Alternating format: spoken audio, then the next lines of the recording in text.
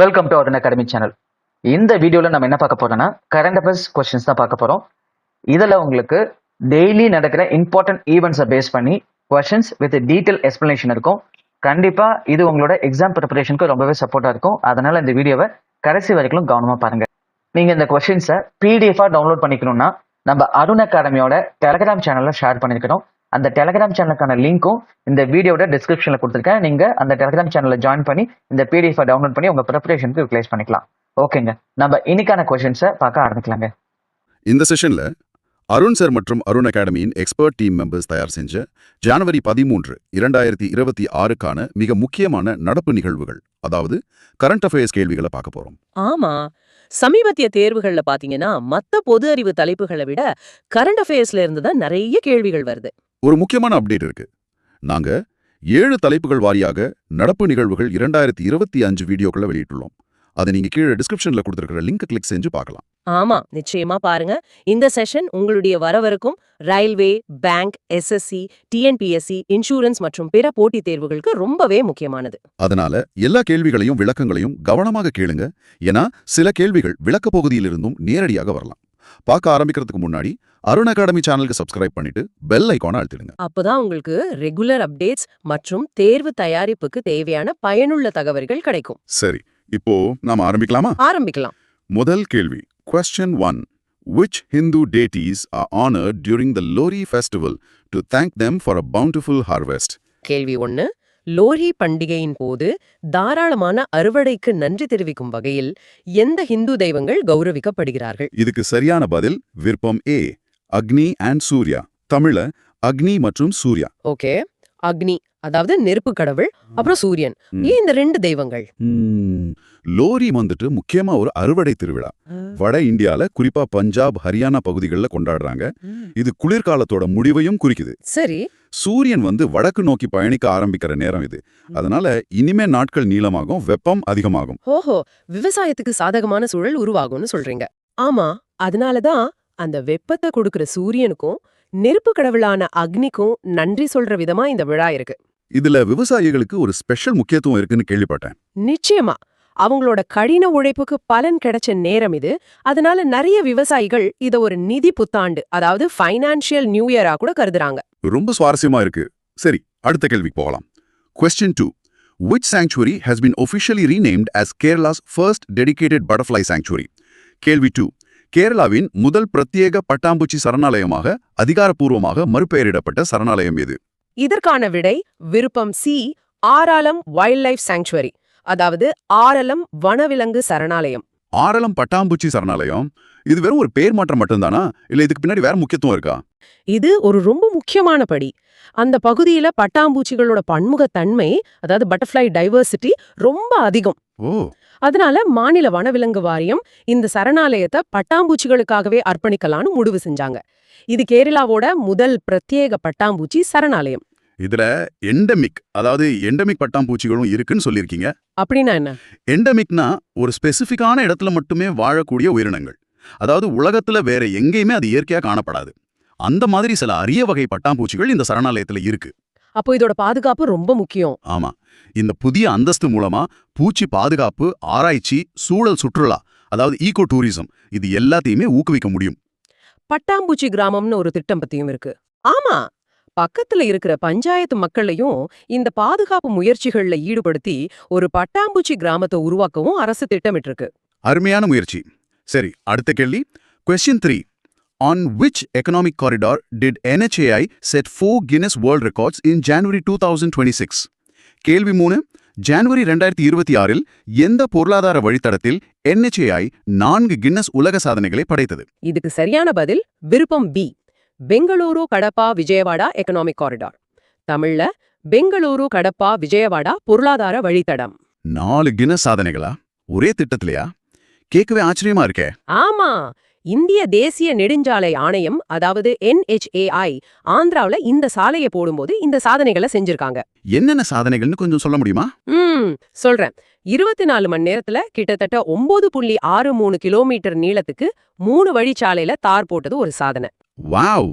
அதே 24 மணி நேரத்துல 10,655 matric ton தார் கலவையை பயன்படுத்தினது 2வது சாதனை.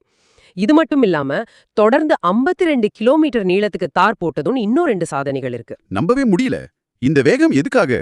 வெறும் சாதனைக்காகவா? இல்லவே இல்ல. இந்த சாதனைகள் வந்துட்டு சாலை கட்டுமானத்துல இந்தியாவோட திறமையையும் அதிநவீன இயந்திரங்கள் பயன்பாட்டையும் உலகத்துக்கு காட்டுது. இதனால என்ன பயன்? இந்த மாதிரி பொருளாதார வழித்தடங்கள் வந்துட்டு சரக்கு போக்குவரத்து நேரத்தை ரொம்பவே குறைக்கும். இதனால வர்த்தகம் பெருகும், பாதுகாப்பான அதிவேக பயணமும் சாத்தியமாகும். ரொம்ப சரி. அடுத்த கேள்விக்கு போகலாம். Question 4. How many supercomputing systems have been installed across India under the National Supercomputing Mission NSM as per MEITI? கேள்வி 4.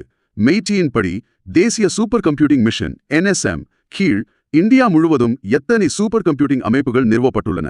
இதுக்கான பதில் விருப்பம் சி 37. 37. சரி, முதல்ல இந்த சூப்பர் கம்ப்யூட்டர்னா என்ன? நம்ம சாதாரண கம்ப்யூட்டர் மாதிரி இல்லையே. துள்ளி கூட இல்ல. உதாரணத்துக்கு ஐஐடி மெட்ராஸ்ல இருக்கிற பராம்ருத்ரா சூப்பர் கம்ப்யூட்டர் எடுத்துக்கலாம். அதோட உச்ச செயல்திறன் 3.1 பெட்டாஃப்ளாப்ஸ். 3.1 பெட்டாஃப்ளாப்ஸ். அது எவ்வளவு வேகம்னு கொஞ்சம் புரியுற மாதிரி சொல்லுங்களேன். சிம்பிளா சொல்லணும்னா ஒரு வினாடிக்கு 3.1 குவாட்ரில்லியன் கணக்கீடுகள் அது செய்யும். அதாவது 31க்கு பக்கத்துல 14 பூஜ்யம் போட்டா என்ன வருமோ அத்தனை கணக்குகள். அடேங்கப்பா. அப்போ ஒரு சாதாரண கம்ப்யூட்டர் பல வருஷம் எடுத்துக்கிற வேலைய இது சில மணி நேரத்துல முடிச்சிடும். சரியா சொன்னீங்க. இதனாலதான் விண்வெளி ஆராய்ச்சி, காலநிலை மாற்றம், மருந்து கண்டுபிடிக்கிறது மாதிரியான பெரிய ஆராய்ச்சிகளுக்கு இது ரொம்ப அவசியம். இதுல பெருமையான விஷயம் என்னன்னா, இந்த சிஸ்டம் 100% மேட் இன் இந்தியா. ஆமா, இது CDAC மூலமா உள்நாட்டிலே உருவாக்கப்பட்டது. இந்த தேசிய சூப்பர் கம்ப்யூட்டிங் மிஷன் கீழ இந்தியா முழுக்க இப்ப 37 அமைப்புகள் நிறுவப்பட்டிருக்கு. அடுத்த கேள்வி. Question 5. In which state is Key Panyor, India's first bio-happy district, located? கேள்வி 5. இந்தியாவின் முதல் பயோ-ஹாப்பி மாவட்டம் ஆன கே பன்யோர் எந்த மாநிலத்தில் அமைந்துள்ளது? இது அருணாச்சல பிரதேசத்துல இருக்கு. சோ சரியான விடை விருப்பம் சி, அருணாச்சல பிரதேஷ். அருணாச்சல பிரதேசம். சரி, ஆனா இந்த பயோ-ஹாப்பி மாவட்டம் அப்படிங்கிற பேரே ரொம்ப புதுசா இருக்கே. அப்படின்னா என்ன? ஆமா, இது ஒரு ரொம்ப அருமையான கான்செப்ட். இந்த பயோ ஹாப்பினஸ் அப்படிங்கிற கருத்தை அறிமுகப்படுத்தியவர் நம்ம MS சுவாமிநாதன். ஓ, வேளாண் விஞ்ஞானி MS சுவாமிநாதனா? அவரேதான். இதோட நோக்கம் பல்லுயிர் பெருக்கத்தை, அதாவது பயோடைவர்சிட்டிய மனித நலனோட இணைக்கிறது. கொஞ்சம் விளக்கமா சொல்லுங்க.